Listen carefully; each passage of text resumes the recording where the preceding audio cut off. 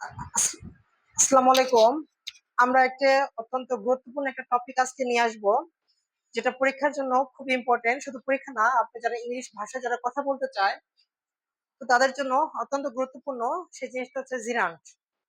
তো জিরান্ট হচ্ছে, এটা নিয়ে আমরা আজকে আলোচনা করব। ম্যাক্সিমাম শিক্ষার্থীগণ এই জিরান্ট পার্টিসিপল এই বিষয়ে তারা খুব বেশি আইডেন্টিফাই করতে পারে না। তো আমরা হচ্ছে একটা ক্লাস নিব, এর মাধ্যমে মনে হয় জিরান্টের প্রায় সবকিছু শেষ হয়ে যাবে। তো আমরা আজকে তাহলে শুরু করি। প্রথমত জিরান্ট। এই জিরান্ট মানে কি? জিরান্ট আমরা এক কথায় বলতে পারি এটাকে একটা ভার্বাল নাউন। যখন যেমন হচ্ছে একটা নাউন তো সাধারণত যে কোনো নাম হয়, কিন্তু জিরান্টটা কি ভার্বকে আইএনজির সাথে আইএনজি যোগ করলে যেটা হয় সেটাকে বলা হয় জিরান্ট। যেমন আমরা বলি ইট, ইট অর্থ খাওয়া, এখানে ভার্ব হলো। যখন ইটিং দিব আমরা, তখন সেটা কি হবে? তখন সেটা জিরান্ট হবে। যেমন প্লে অর্থ হচ্ছে খেলা করা, এটা একটা ভার্ব। যখন আমরা আইএনজি যোগ করে দিব প্লেইং, তখন হচ্ছে কি এটা জিয়ান্ট হয়ে যাবে। জিয়ান্ট মানে কি? এটা হলো ভার্বাল নাউন। জিয়ান্টকে বলা হয় ভার্বাল নাউন। ভার্বাল নাউন মানে এটি হচ্ছে নাউনের মতো কাজ করে। তো আমরা হচ্ছে এখন প্র্যাকটিসে চলে যাব। আমরা প্র্যাকটিস করার মাধ্যমে সব কথাগুলো বলবো আসলে। তো আমরা প্রথমে একটা প্র্যাকটিস আছে, জিরান্ট কোথায় ব্যবহার করা হয়। একটা সেন্টেন্সে জিরান্ট সাবজেক্ট হিসেবে বসতে পারে, অবজেক্ট হিসেবে বসতে পারে, এটা কমপ্লিমেন্টারি অফ সাবজেক্ট হিসেবে বসতে পারে, এবং প্রিপোজিশনের পরেও জিরান্ট কিন্তু বসতে পারে। তো আমরা বেশ কয়েকটা কিভাবে ফাংশনটা কাজ করে জিরান্ডের, এটা নিয়ে আমরা আজকে আলোচনা করব।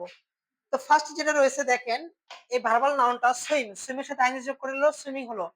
তো এই সুইমিংটা কি? এটা হলো জিরান্ট। এই জিরানটা কোথায় বসছে? একটা সেন্টেন্স, এই পুরোটা সেন্টেন্সের শুরুতে বসছে। তো সেন্টেন্সের শুরুতে বসলে এই জিরানকে বলা হয়, এটা এর ফাংশনটা হলো জিরানটা আসলে সাবজেক্ট হিসেবে বসছে একটা সেন্টেন্সের। কিন্তু এই জিরানটা এখন কি? এটা ভার্ব না, এটা হলো নাউন হয়ে গেছে। এই সুইমিংটা হলো এটা কি? নাউন হয়ে গিয়েছে। সাঁতরানো ইজ এ হেলথ, একটি স্বাস্থ্যকর। এটা হচ্ছে নাউন, মানে ভার্বাল নাউন জিরান, এটা মেন ভার্ব। আর এটা হচ্ছে অবজেক্ট। তার মানে কিন্তু একটা কি জিরান কি একটা সেন্টেন্সের সাবজেক্ট হিসেবেও বসতে পারে। তো তার মানে কি? এটা হলো জিরান বসছে কি অ্যাজ এ সাবজেক্ট হিসেবে, অ্যাজ এ সাবজেক্ট। জিরানটা কি সাবজেক্ট হিসেবে বসেছে। এবার দেখেন হি লাভ, সে ভালোবাসে সুইমিং, সে সাঁতার কাটতে ভালোবাসে। সুইমিং কি শেষে রয়েছে, এই হি লাভস সুইমিং, এটা একটা সেন্টেন্স, এই সেন্টেন্সটা কি শেষে বসেছে। তার মানে কিন্তু এই এখানে জিরানটা হলো অবজেক্ট হিসেবে বসেছে। তার মানে আমরা বলতে পারি জিরানটা একটা ফাংশন আছে। ফার্স্ট ফাংশন হলো জিরানটা হলো সাবজেক্ট হিসেবে বসে, সেকেন্ড ফাংশন জিরান অবজেক্ট হিসেবে বসে, অ্যাজ এ অবজেক্ট। এখন এই জিরানটা কি অবজেক্ট হয়েছে।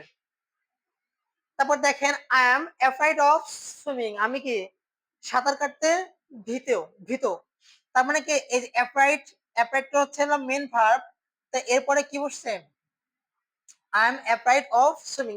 এখানে অফটা হলো আমাদের কি? এটা প্রিপোজিশন, প্রিপোজিশন। তার মানে হচ্ছে কি এই জিরানটা কিন্তু কি আবার প্রিপোজিশনের পরে বসতে পারে। যে কোনো প্রিপোজিশনের পরে কোনো ভার্ব থাকলে সেই ভার্বের সাথে আইএনজি যোগ হয়। যেমন উইদাউট টেকিং কেয়ার অফ। ঠিক আছে, এগুলো আপনারা মনে হয় করেছেন, অনেকগুলো কম্পিটিটিভ সেন্টেন্স করেছেন বা অনেকগুলো করেন। সবসময় মনে রাখবেন, এটা চিরন্তন সত্য কথা, কোনো সেন্টেন্সে ভার্বের পরে যদি প্রিপোজিশন থাকে, ওই প্রিপোজিশনের পরে মূল ভার্বের সাথে আইএনজি যোগ হয় এবং সেটা ভার্বাল নাউন বা জেরান্ট হয়। তো এটা যেন মনে থাকে, এটা মানে কি বলবো? প্রিপোজিশনের পরে, আফটার প্রিপোজিশন, আফটার প্রিপোজিশন।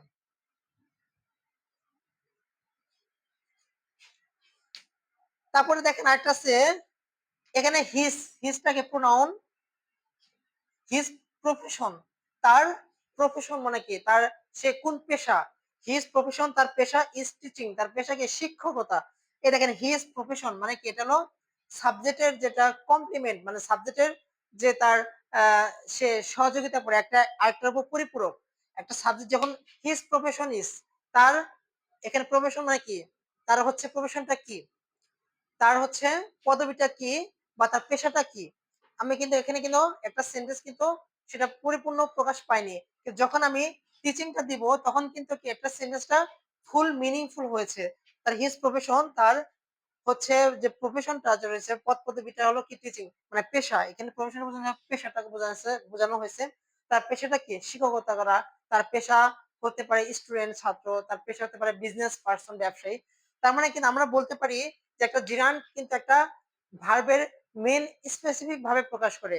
যখন একটা ভার্ব কিন্তু অনেক সময় মেইন প্রকাশ করে না। কারণ ভার্ব তো আমরা জানি সেটা হলো কর্ম। মানে সেটা ক্রিয়ার কাজ করে থাকে। কিন্তু যখন একটা ভার্বকে আমি আরো স্পেসিফিক ভাবে বুঝাবো তখন সেটা কিন্তু জিরান্ড হয়। তার মানে এটা কি? যেমন হিজ প্রফেশন, এটা এখানে আমরা একটা দিতে পারি সাবজেক্ট রয়েছে, এটা হিজ টিচিং, পেশা কি? শিক্ষকতা করা। তার মানে কিন্তু এখানে দেখেন মূল ভার্বের এটা কিন্তু সাবজেক্টের যে সাবজেক্ট রয়েছে তার কিন্তু কমপ্লিমেন্ট করছে, মানে পরিপূরক করছে। এখানে কিন্তু আমি যদি দিই হিজ প্রফেশন ইজ, এটা কিন্তু অপূর্ণ থেকে যায়। যখন দিলাম এটা টিচিং তখন কিন্তু এটা কি পরিপূর্ণ একটা অর্থ প্রকাশ করেছে। তার মানে একটা জিরান কিন্তু পরিপূর্ণ অর্থ প্রকাশ করার ক্ষেত্রেও ব্যবহার করা হয়। তার মানে এটা এটা কি? এটা হলো সাবজেক্ট কমপ্লিমেন্ট হিসেবে।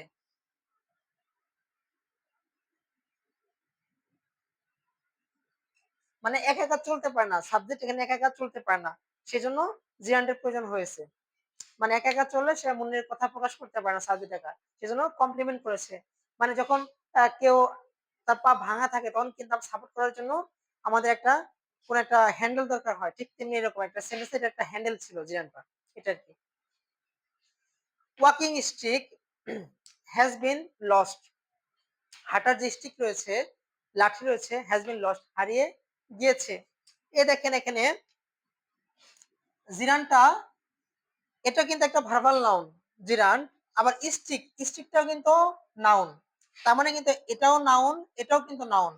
তার মানে দুইটা যখন নাউন একসাথে বসে তখন সেটা কি হয়? সেটাকে বলা কম্পাউন্ড নাউন বলা হয়।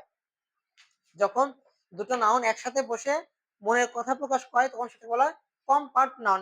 শুধু যদি ওয়াকিং তখন কিন্তু মনের কথাটা প্রকাশ পেল না। যখন আমি ওয়াকিং স্টিক দিলাম তখন কিন্তু কি হলো? আমার সম্পূর্ণ যে একটা উদ্দেশ্য ছিল, যে একটা নাম ছিল, সেই নামটা কি প্রকাশ পেয়েছে। ওয়াকিং স্টিক দিতে পারেন। তারপরে আবার এখানে যেমন হলো আপনার